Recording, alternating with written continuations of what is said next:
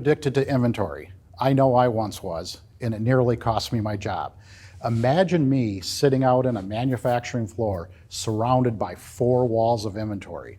Up struts my manager with this smile on his face, and he looked me directly in the eye and said, "Cook, something's got to go. You, me, or this inventory," and it's certainly not going to be me. That simple exchange 30 plus years ago transformed my life on how I look at inventory.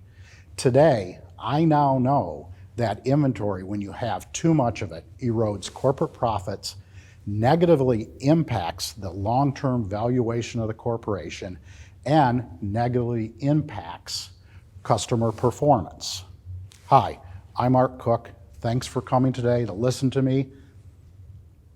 Nobody's getting up and leaving. You're all in the right spot. Good. So let's spend a few minutes talking about how there's paradigms associated with inventory, how there's facts associated with inventory, and how there are myths associated with it.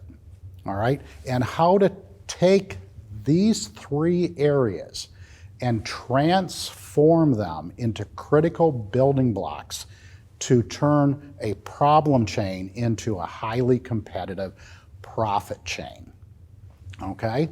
So one of the things that has happened over the past 30, say 20 years, it's become easier for organizations to increase inventory by safety stocks or inventory rather than solve their problems. This is where I come back and say inventory has become the drug of choice of organizations, and they become addicted to it.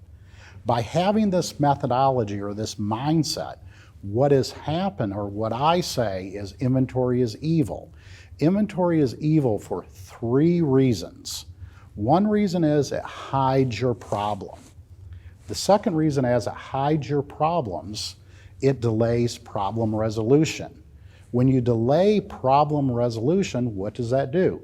It costs you money. It burns profits, corporate valuation, and it hurts the customers.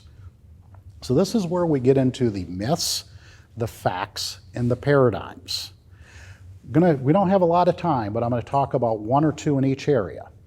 Within the myths, one of the biggest myths is that inventory is an appreciating asset. Inventory is not an appreciating asset. It depreciates from the day you order it or it comes into your shop floor. The reason why it depreciates: changes in technology, changes in material, changes in shrink, scrap, salvage, theft. How many of you have ever had to pay somebody to clean inventory, refurbish it, or repackage it to where you could sell it or use it? I'm one of them. The second thing that we talked about is the facts. One of the biggest facts that minimal inventory designs improve your flexibility, your responsiveness, and your predictability. And I will tell you, predictability trumps speed anytime when it comes to service to your customers. The third area is paradigms. There's 2 major paradigms I'm going to talk about. The first paradigm is inventory carrying cost. Inventory carrying cost for organizations typically runs 40 to 70% of your long-term cost. Most organizations make their long-term decisions based on incremental carrying cost, and that hurts their business long-term. The second area is that organizations look at who's responsible for inventory just by the materials team, supply chain, or operations, when in turn, the responsibility for inventory performance needs to be across the entire enterprise, and it needs to be part of the DNA of the organization.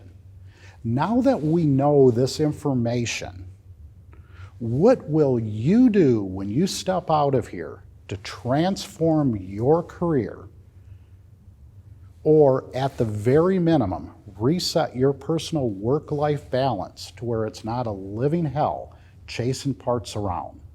What can you do? Thank you very much.